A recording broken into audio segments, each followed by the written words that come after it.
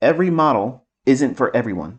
I'm going to say that again. Every single thing that I teach isn't equipped as a perfect glove and hand type of marriage where it fits perfectly for you.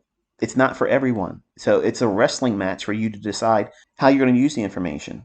And I have provided complete models, step by step. Do this, do this, do this if you want to trade like this model. I've told my private mentorship students exactly how to use these things to plug and play. You don't need a fair value gap. You can use a mitigation block, which I don't talk very much about, but I love them. What is that? It's this candle right here. This high didn't go above this high. I don't need it to because I'm looking for it to go where? Lower. So inside this candle here, as price is trading down, it trades down, trades through it. The next day, we're trading in it, inside this range. You can be a seller right in here, especially if it's opening, it's trading above it, you're trading in the highest portion of the power 3 on a potentially bearish day in a sell program where the market's likely to keep going lower. Where? Down here where I said it was going to go. So inside of this candle, in that range, above the opening of that day, you could be a short seller. Risk has to be above mean threshold of this candle. Why that one? Because mean threshold is just above this inefficiency here. So what do I have? 3 PD arrays. I have the previous mean threshold of this down close candle, if I'm going to sell short on here using a mitigation block. And I have the mean threshold of the bearish order block. And I have the high of this old inefficiency. That's 3 PD arrays. So my stops will be behind 3 PD arrays.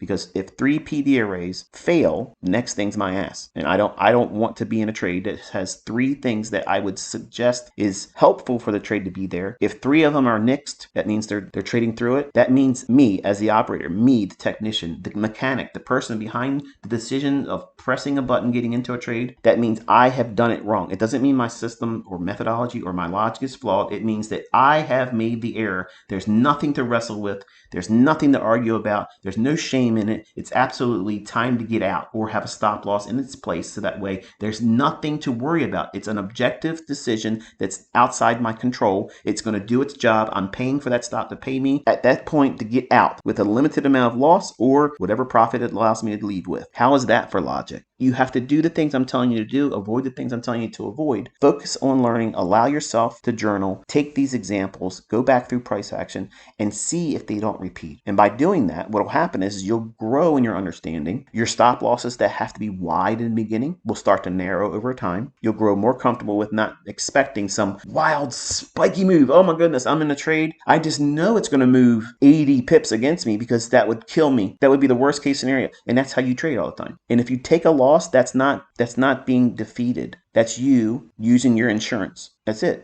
When you did it right, really pour it on thick in your journal. I'm so pleased. I'm so proud of myself that I was able to see this coming. I'm glad I did not hurt myself with this idea that if I would have looked at it this way, this would have resulted in a loss. But I didn't see it this way. I saw it this way. You're encouraging yourself. You're being your own counselor, your own best cheerleader, and you're writing the best technical analysis book in trading literature there is because it's applicable to you. When you read it, you'll be able to refer back to these milestones where you've grown in your understanding and you encourage yourself through rough patches, and you're going to have that.